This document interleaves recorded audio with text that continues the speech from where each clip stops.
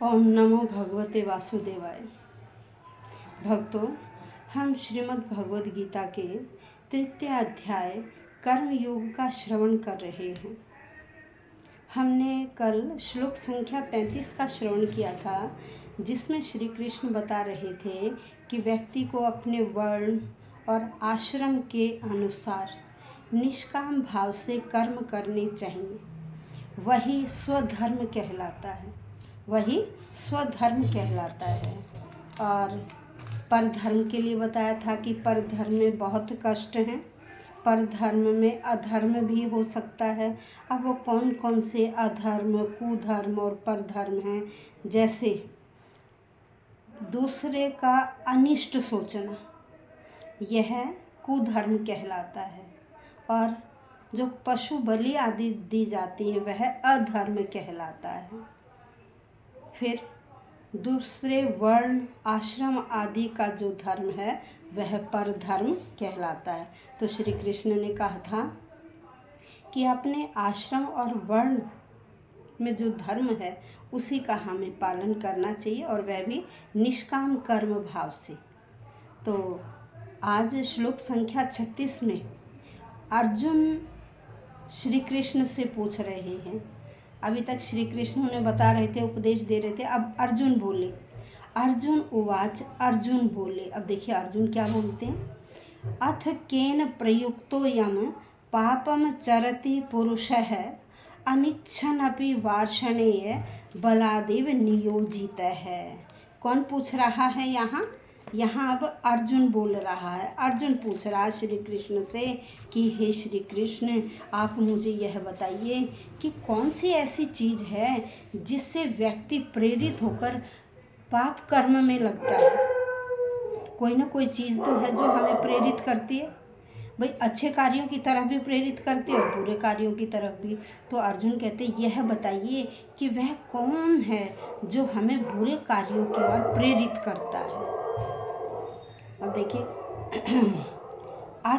अथ उसके बाद केन किस प्रकार से प्रयुक्त है, प्रेरित होकर, अयम यह पापम पाप का चरति आचरण करता है, पुरुष है मनुष्य। कह रहे हैं कि हे श्री कृष्ण, यह बताइए कि यह व्यक्ति किससे प्रेरित होकर पाप का आचरण करता है। अनिच्छन अपि, अनिच्छन का मतलब होता है न चाहते हुए भी, अनिच्छन अपि न चाहते हुए भी, वार्ष्णे हे वृष्णिवंशी, क्योंकि श्री कृष्ण वृष्ण वंश में पैदा हुए थे, इसलिए उन्हें वृष्णिवंशी कहा गया। हे श्री कृष्ण, हे वार्ष्णे, हे वृष्णिवंशी, बलाद कह रहे बलपूर्वक, नियोजित है लगा दिया जाता है, बरबस उसे मन को उस तरफ लगा दिया जाता है। किस तरफ? पाप की तरफ। कह रहे वो कौन है जो हमें हठात या बलपूर्वक पाप की ओर धकेल देता है।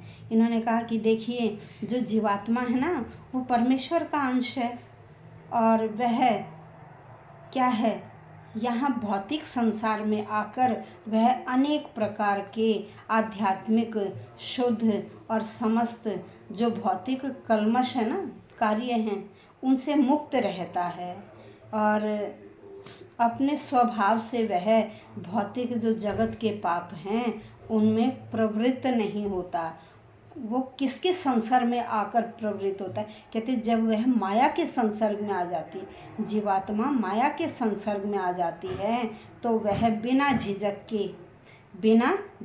के अपनी इच्छा के विरुद्ध जो उसे लगता है यह करूं, वह उन कार्यों को करने लग जाती है। तो अब कृष्ण से यह अर्जुन ने क्या किया, प्रश्न किया कि इतना सोचते हुए, इतना जानते हुए भी फिर यह जो जीव है उसकी प्रकृति विकृत क्यों हो जाती है, उसकी जो स्वभाव है वो विकृत क्यों हो जाता है कि कभी कभी जीव पाप करना नहीं चाहता, लेकिन उसे पाप करने के लिए बाध्य होना पड़ता है।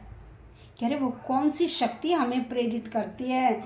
हे श्री कृष्ण, मुझे ये बताइए कि न चाहते हुए भी, हम नहीं चाहते कि गलत संगति में पड़े, लेकिन फिर भी कुछ ऐसे कारण बनते हैं कि हमें बरबस वह अपनी ओर खींच लेते हैं। कह रहे मुझे यह बताइए, मैं ये कारण आपसे जानना चाहता हूँ। अब इसका उत्तर श्री कृष्ण भगवान अगले श्लोक में देंगे, तो तब तक के लिए हम इंतज़ार करेंगे। धन्यवाद।